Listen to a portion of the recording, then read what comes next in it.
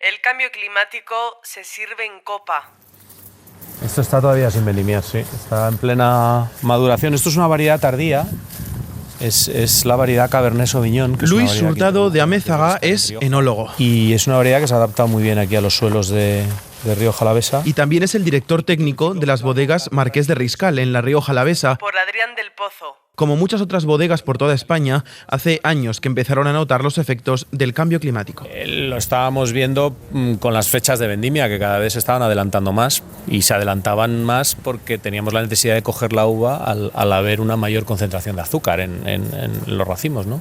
Entonces, si hay mayor concentración de azúcar, pues al final los vinos van a ser más alcohólicos, porque el azúcar se transforma en alcohol durante la fermentación. Los vinos, por tanto, estaban empezando a cambiar de sabor. Las uvas estaban más azucaradas y encima cada vez había menos racimos, porque morían más vides. O sea, al final la planta, cuando percibe que en la atmósfera hay más de 35, 34, 35 grados, cierra sus estomas, que son un poco los agujeritos que hay en las hojas por donde la planta respira y transpira, y cierra sus estomas y bueno, pues se cierra a resistir esa ola de calor y a intentar no perder agua y bueno, aguantar como puede. Entonces, claro, si la ola de calor se mantiene durante mucho tiempo, puede matar a la planta. El caso de Luis y de Marqués de Riscal no es único.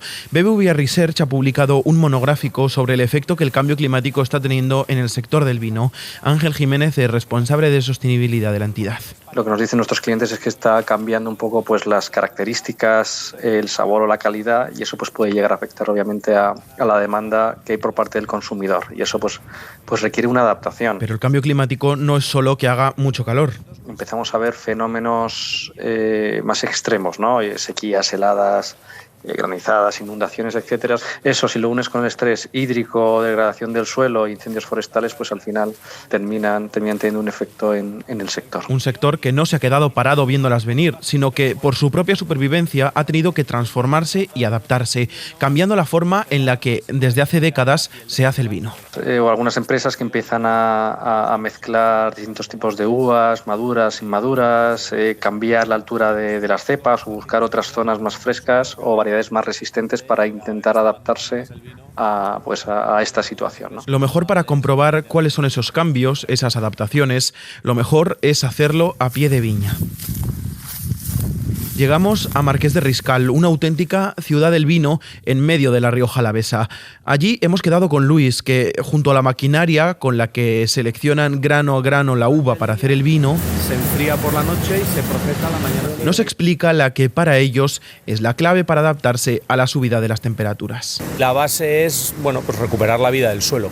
Suelo vivo, planta feliz, fruta sabrosa. Y entonces al final, si consigues hacer vino con fruta que cruje, con fruta que tiene sabor, con fruta que tiene aroma, hay un aumento de calidad, vamos.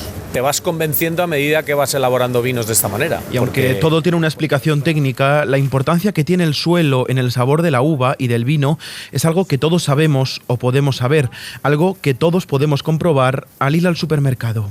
Yo siempre pongo ejemplo de un tomate que se cultiva en una huerta, en un terreno abonado y vivo y sin herbicidas y natural de un paisano de cualquier sitio, a un tomate que se cultiva en un cultivo hidropónico, en un suelo de arena inerte y demás. Claro, es la misma planta, el mismo tomate, pero uno tiene sabor y aroma y el otro no. Y es que, como en toda la agricultura, el sector del vino había olvidado en las últimas décadas esa importancia del suelo. Todo este tipo de agricultura convencional ha agotado el carbono de los suelos, porque es sacar producción, pero no incorporas nada. No respetas la vida del suelo. Claro, no incorporas restos vegetales. Para recuperar ese suelo, la principal acción de Marqués de Riscal y muchas otras bodegas se ve nada más pisar sus viñedos. Las vides no están sobre una tierra marrón, desnuda, seca.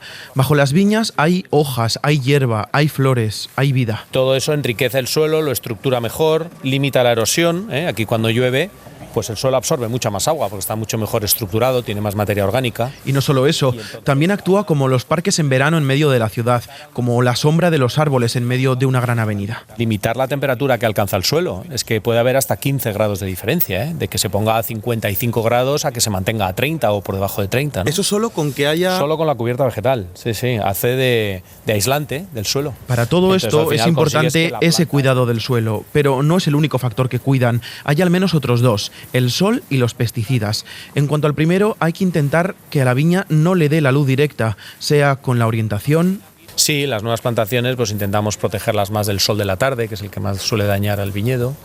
Entonces, bueno, pues buscas más orientaciones que se dirijan hacia el suroeste, noreste. O con la sombra. Ya no se despunta tanto o no se quitan las hojas en el entorno de los racimos para protegerlos del sol, ¿no? Necesitamos que la vegetación sombree un poco estos racimos, ¿no? En cuanto a los pesticidas, la clave está en no usarlos, pero para poder hacerlo sin que los insectos se coman las vides, hay que tener animales que los cacen. Que aumente la biodiversidad en todo el entorno del viñedo al máximo, ¿no? Ya ves que tenemos todo tipo de árboles en los taludes, de setos, tenemos desde robles hasta pinos, hasta encinas, tenemos matorral, plantas aromáticas. Hace que tengamos un ecosistema mucho más rico, con un montón de depredadores también que viven en el entorno del viñedo, depredadores de todos esos insectos que atacan el viñedo, pues al final se controlan mucho mejor con predadores naturales que pueden vivir en el entorno de la viña, ¿no? Los superiores de los depósitos con esta grúa que coge el cubillo. Todo esto suena muy bien, es incluso bucólico, la agricultura ecológica, la vuelta a los orígenes, la tradición,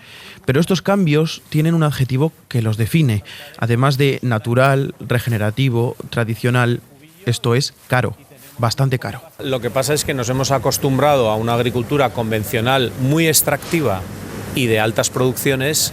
Y claro, cuando vuelves a esto más tradicional y a este respeto del suelo, las producciones se resienten. Tardas un año, hay unos años de transición donde el agricultor sufre.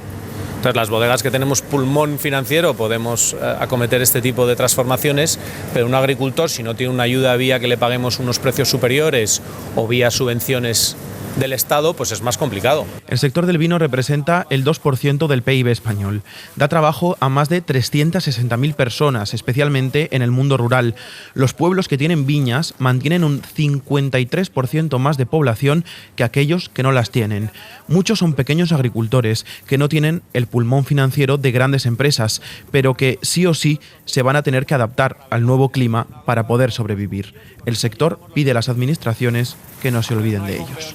Al final se trata de preservar la integridad de las pieles de la uva al máximo para que Crónica 7.